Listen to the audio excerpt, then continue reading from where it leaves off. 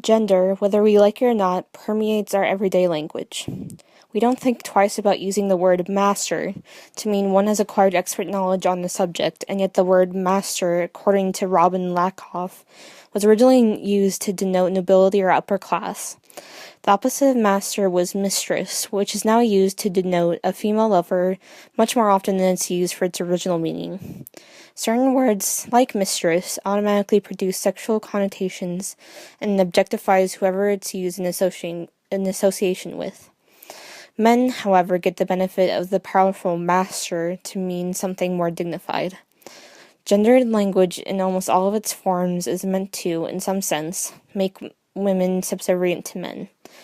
Even in other languages like French, masculine and feminine articles are used for most words. Body language is an important part of gender as well. Women often move and position themselves in ways that will take up as little space as possible, often sitting with their legs crossed or legs together. Men move in a way that takes up more space, and more often than not, they will keep their legs apart while sitting. Consider this next clip from Natalia Kosla about gender and body language. We are acculturated or socialized into the norms that our society expects of us. As men and women, there are expectations for how we will act in society in order for it to run smoothly. And so we're taught that from a very young age. And as a dancer, I have to be hyper-aware about my body language and what it means. For women, these social stereotypes are things like kindness, friendliness, cooperativity. For men, the cultural stereotypes are assertiveness, power, taking a stand.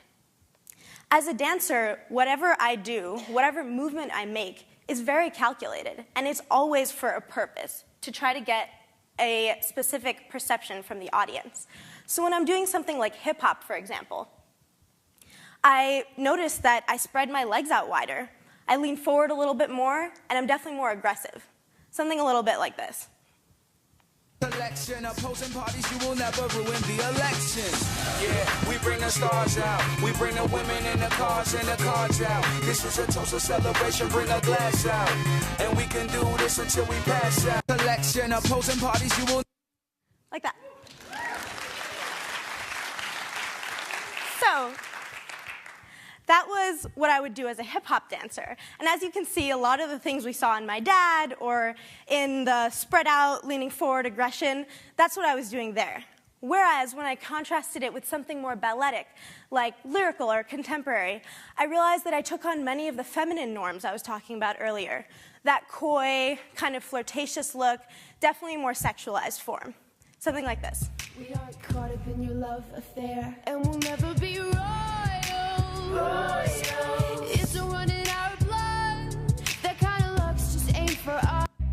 We aren't caught up in your love affair. The vast majority of us will always recognize which kind of movement denotes the feminine and which kind denotes the masculine.